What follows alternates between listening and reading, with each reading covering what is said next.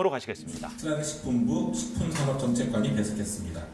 권동호 통역사의 수호 통역이 함께 제공됩니다. 먼저 박문구 장관이 코로나19 대응 방안 등을 설명하겠습니다.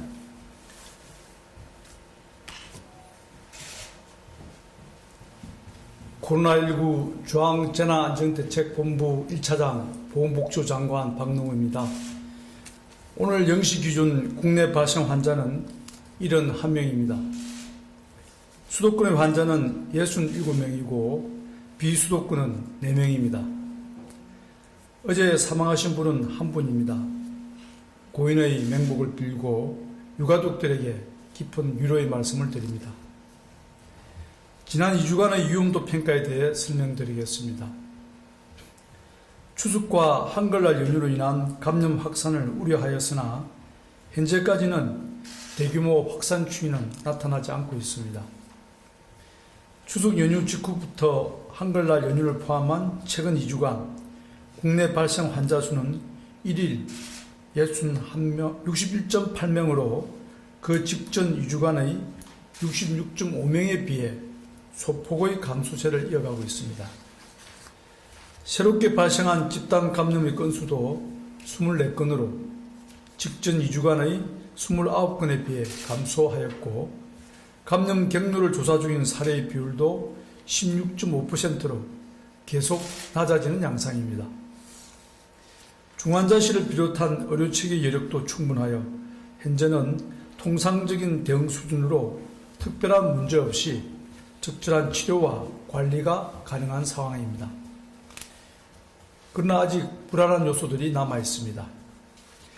감염 재생산 지수가 1 내외를 유지하고 있고 국내 발생 환자 수의 감소세가 정체되는 상황으로 특히 수도권이 확연한 진정세를 보이진 않고 있습니다.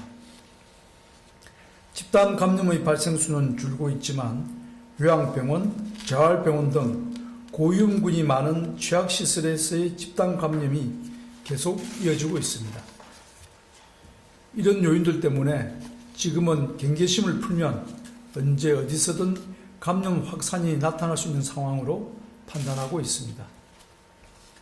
정부는 금주부터 수도권의 요양병원, 요양시설과 정신병원 등에 대해 일제 진단검사를 실시하고 가을철 여행 방역관리를 강화하는 등 다각적인 노력을 기울이고 있습니다. 국민 여러분들께서도 일상생활 속에서 마스크 착용과 손 씻기, 거리두기 등 코로나19의 전파를 예방하기 위한 노력을 함께 해주시길 바랍니다.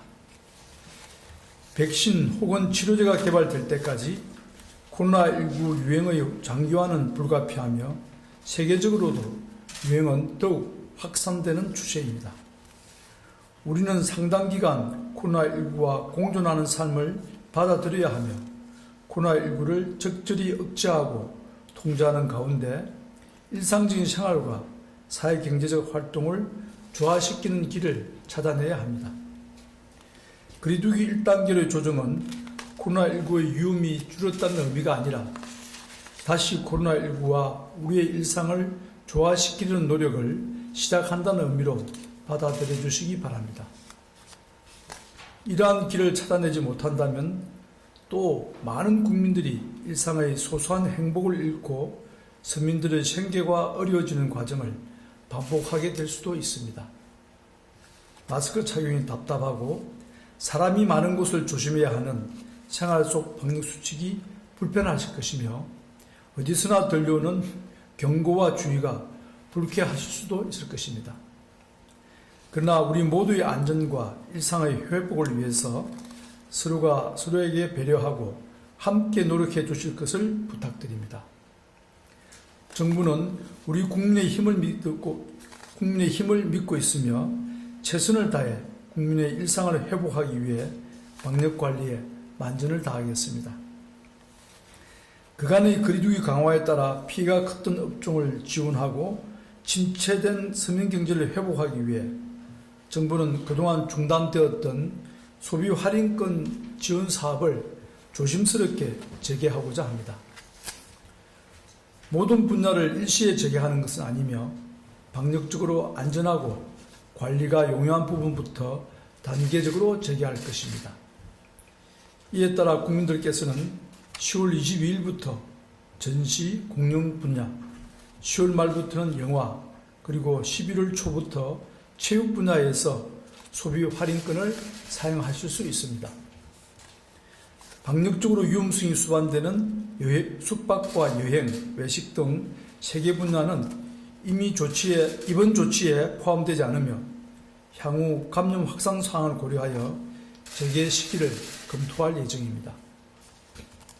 철저한 방역 관리를 전제로 이번 소비 할인권이 적용되는 시설 사업자에 대해서는 핵심 방역수칙 준수 의무를 부과합니다.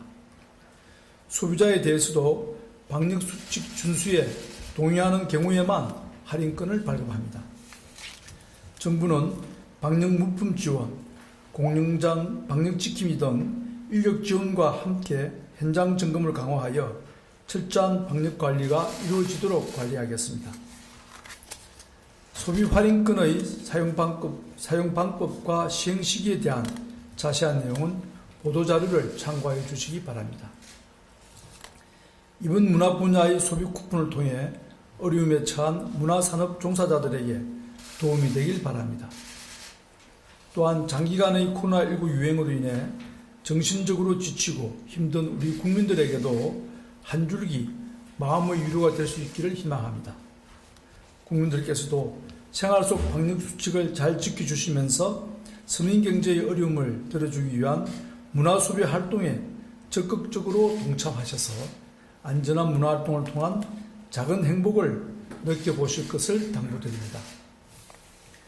코로나19가 장기화됨에 따라 코로나로 인한 마음 건강의 훼손, 즉 코로나 우울은 우리 일상에 침투하여 국민 정신건강에 큰 영향을 미치고 있습니다.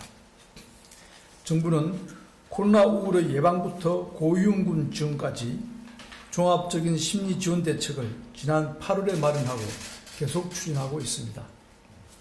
앱과 카카오톡 챗봇을 통해 정신건강 정보와 자가 진단을 제공하고 있고, 우울과 불안감을 느끼는 국민들을 위해 심리 상담 핫라인 1577-0199번을 운영하고 있습니다. 특히 확진자 등 고위험군에 대해서는 민간 전문가를 통한 유선 심층 상담을 제공하고 필요한 경우 전신과 진료도 연계하고 있습니다. 코로나19로 인한 우울과 불안을 느끼는 분들은 꼭 이러한 도움을 받으시기를 당부드립니다.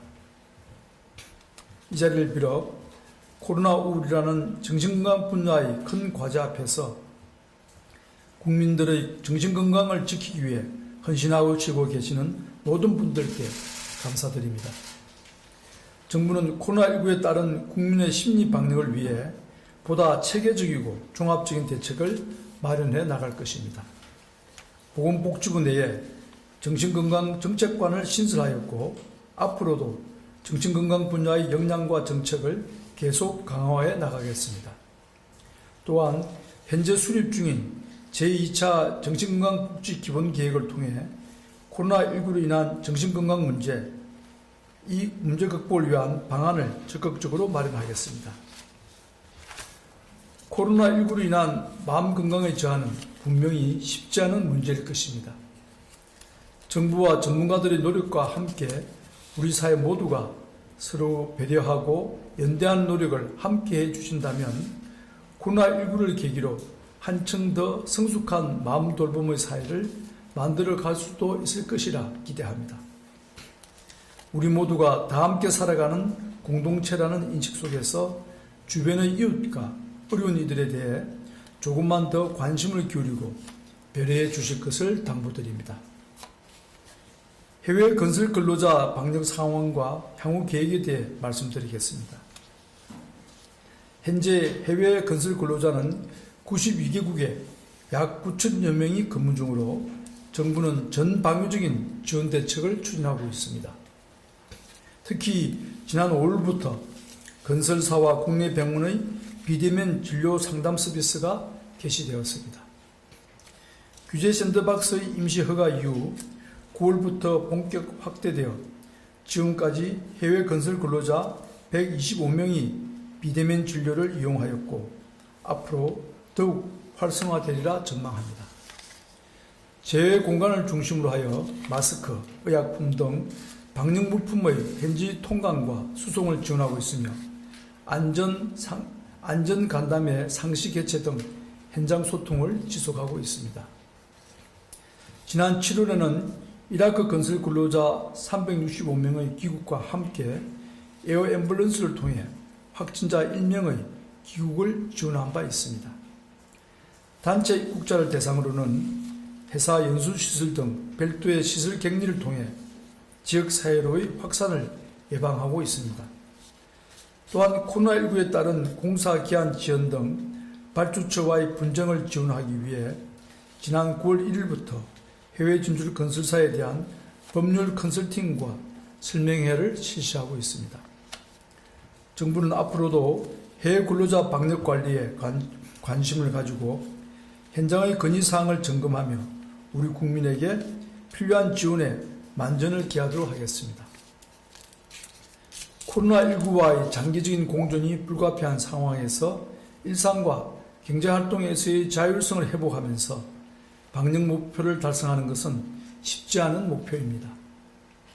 경제활동을 재개한 이후 급격한 재유행을 맞이하고 있는 많은 해외 사례들을 볼 때 그 균형이 얼마나 미묘하고 어려운지 알 수 있습니다. 하지만 우리에게는 그동안 민관이 함께 축적해온 위기 극복 경험과 서로에 대한 신뢰가 있습니다. 정부는 우리 국민의 저력을 믿고 코로나19가 확실한 진정세로 전환될 수 있도록 방역에 총력을 다하겠습니다. 이러한 가운데에서 국민 여러분과 우리 경제가 다시 힘을 낼 수 있도록 돕는 정책들도 세심하게 추진해 나가겠습니다. 국민 여러분들도 한 분 한 분이 방역의 주체로서 지금까지 그래왔던 것처럼 일상생활에서 다양하고 창의적인 생활 방역 노력들을 계속 보여주실 것을 당부드립니다. 감사합니다. 예, 지금부터 질의응답 시간